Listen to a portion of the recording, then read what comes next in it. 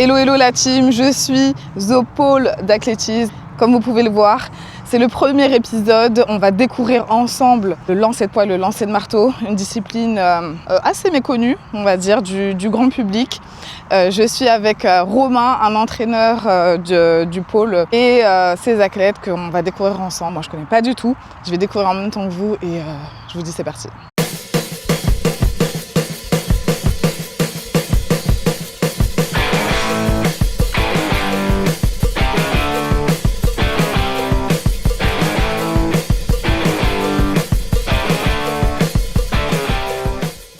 Je pense qu'il faut avoir du mental. Je pense que ouais, c'est ce qui compte. Très patient.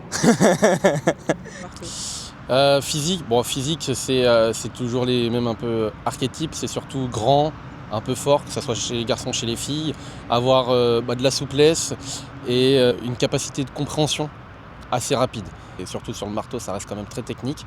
Et après, sur mental, c'est surtout accepter la charge d'entraînement, accepter aussi de faire de la musculation, être capable de pouvoir faire une répétition d'exercice plusieurs fois, que ça soit, même si c'est redondant, c'est voilà, accepter la redondance.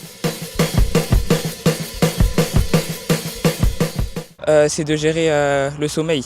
Enfin, de bien, quand on sait qu'on est fatigué, de bien dormir et pas forcément faire la fête, quoi. Voilà. Je pense que le plus difficile, c'est que des fois on s'entraîne et en fait à la chute, il n'y a pas beaucoup de mètres. La motivation de continuer et la discipline. Je dirais le plus compliqué, c'est rester dans le rythme tout le temps.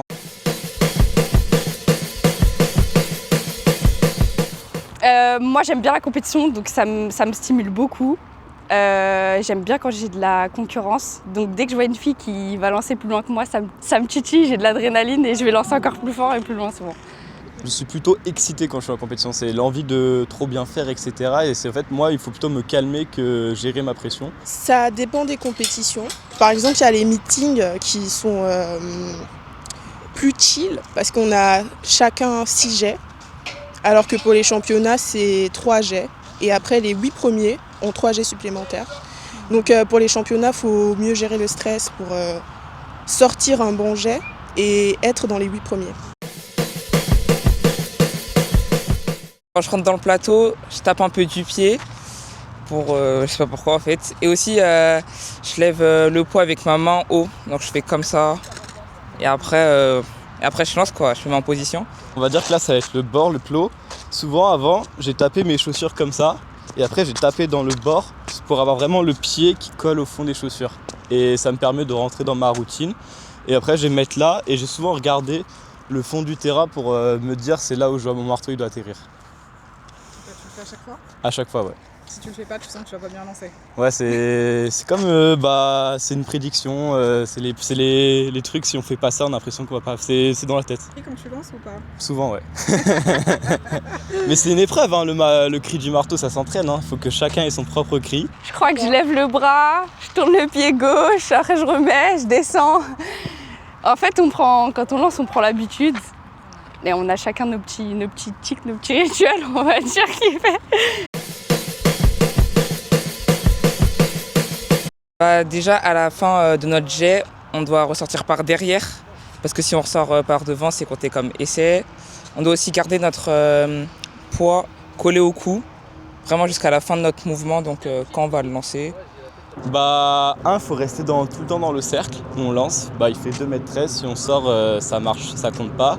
Et il faut qu'il sorte de la cage, ça c'est bien évidemment. On a un cercle, on est obligé de rester dans le cercle tant que le marteau n'est pas atterri, ou le poids aussi pareil. De toute façon c'est les mêmes règles. On est obligé donc d'être dans le cercle pour relancer.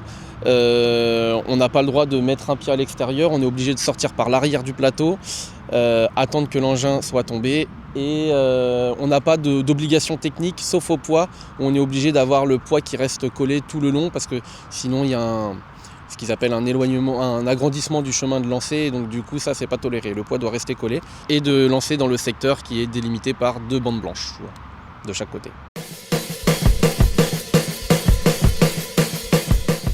Alors le lancer de marteau, il y a plusieurs étapes. Le premier c'est l'émouliné, donc où les jambes ne bougent pas et c'est que les bras qui bougent. Et puis après on est sur les tours où ça va de 3 à 4 tours pour les meilleurs, des fois même 5 si la pointure nous le permet, parce que c'est souvent le plus compliqué. On a 2 façons de lancer. Au lancer de poids, c'est en rotation et l'autre en translation. Donc en rotation, c'est un peu le même élan qu'au disque, où on est dos à l'air et on fait du coup un pivot puis après une rotation.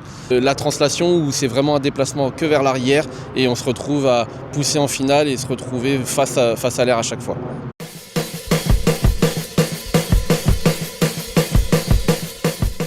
C'est le même poids pour les deux. On est donc chez les garçons qui font les Jeux Olympiques et ce qu'on appelle à partir de la catégorie espoir, c'est du 7 kg 260 grammes. Chez les filles, 4 kg. En ce moment, je suis autour des 13 mètres.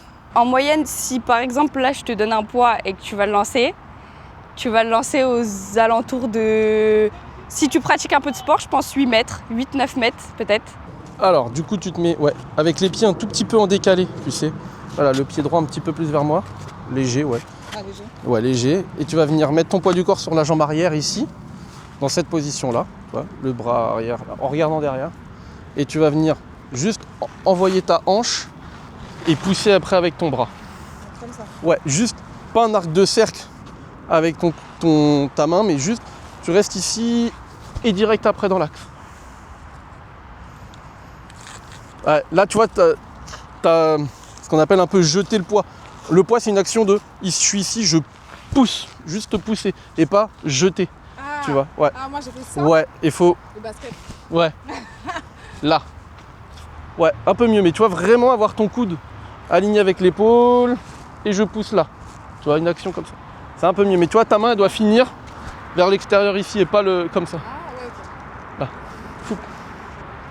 Ouais, nickel.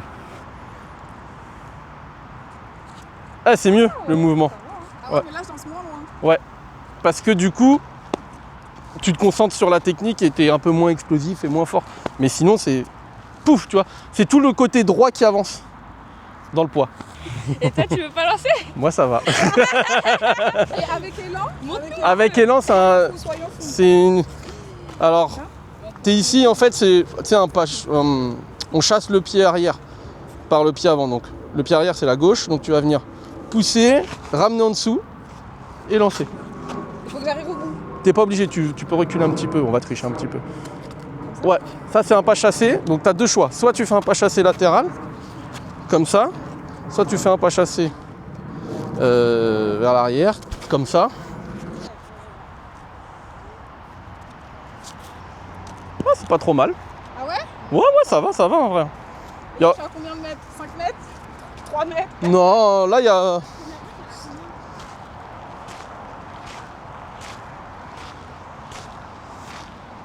Il y a 8 à peu près. Ah, 8? Ouais. Dernière, c'est promis les filles. Essaye genre de garder tes doigts collés un peu. Ah oui, Parce que tes doigts ils sont un peu Ouais. écartés. faut que tu les serres. Regarde, en fait tu poses... Hop, excuse-moi. Quand tu le poses sur les doigts ici. Les 3 doigts du milieu sont serrés et le pouce et l'auriculaire, il est un peu sur le côté comme ça. Tu vas pouvoir avoir plus de force ici. Parce que si tu le catches comme ça, tu, Ah sais, oui, tu c'est l'attrapes, comme ça. ouais, c'est pas ouf. Ah ok. Et ok. tu peux te faire mal surtout au doigt. Donc faut que tu serres un peu. Voilà. T'es pas obligé de serrer le petit doigt. Voilà, nickel. Avec élan ou pas? Ça perd. Ah, c'est un peu mieux, ouais. Pour moi, c'est... Ouais. Non, c'est à peu près similaire avec le élan. Alors, souvent, c'est des formations fédérales que tu passes au début pour pouvoir devenir entraîneur. Et puis après, tu te retrouves soit à continuer sur des formations qui sont ce qu'on appelle d'État ou de filière STAPS que tu peux compléter. Mais c'est souvent fédéral au départ. Quand tu commences, tu vas pas avoir les résultats déjà. Parce que c'est quand même difficile. Il y a plein de mouvements à intégrer. Et même moi, quand j'ai commencé, ça me frustrait beaucoup. Et faut pas abandonner, hein. Faut continuer. C'est un truc que t'aimes bien. C'est pas parce que t'as pas les résultats maintenant que tu les auras pas plus tard. Donc voilà, faut croire en toi. On finit cette vidéo dans la voiture. Ça y est, j'ai fini les entraînements du lancer de marteau et du lancer de poids. C'était génial parce que j'ai découvert énormément de choses. Je connaissais pas du tout ces disciplines. Et j'ai juste adoré. Merci à Romain, merci aux athlètes, merci au pôle aussi de m'avoir accueilli et j'espère que vous aussi vous avez découvert des choses. Là, il faut que j'aille prendre une douche parce que c'est n'importe quoi. Allez, à très vite pour l'épisode 2. On se revoit pour un autre sport qu'on va découvrir ensemble. À bientôt!